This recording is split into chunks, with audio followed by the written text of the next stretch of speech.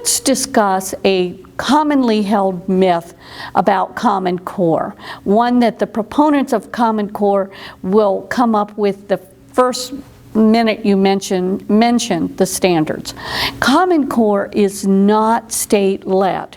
Its origins trace back to the National Governors Association, the Council of Chief State School Officers, and Achieve Incorporated.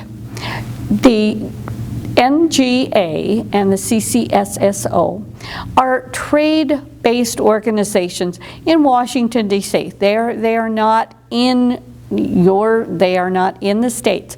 Even though you would presume from the name that the governors are involved and the chief state school officers, they are not. These are trade-based organizations.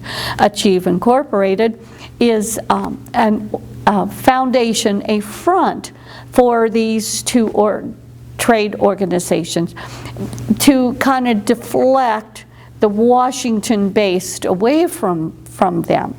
Now, these groups wrote Benchmarking for Success. The last part of Benchmarking for Success called for a set of national standards. Tony Bennett had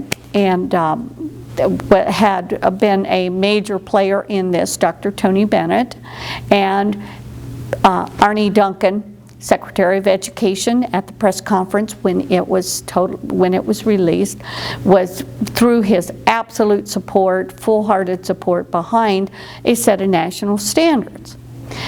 These national standards were created by the very groups that called for them, the NGA and the CCSSO and Achieve, put together the Common Core standards. Now, what needs to be understood when we discuss these is that it is unconstitutional for the federal government to supervise or direct, have anything to do with the curriculum of any school. Because of the high stakes testing associated with Common Core, testing that I should say that is done by two federal consortiums, PARC and SBAC, Smarter Balance. The curriculum is going to align itself with the standards and teach to the standards because of the accountability that is held by the teachers for teaching these and the students succeeding. What's missing in this picture is any local input from the school boards, from the parents, from the teachers, from the superintendents. And I think most states have in their constitution that the authority for the curriculum of their school districts is placed in the school board. And some may say the state school board. But missing from that is the parental input. The federal government has further ties to it, as I alluded to a few moments ago.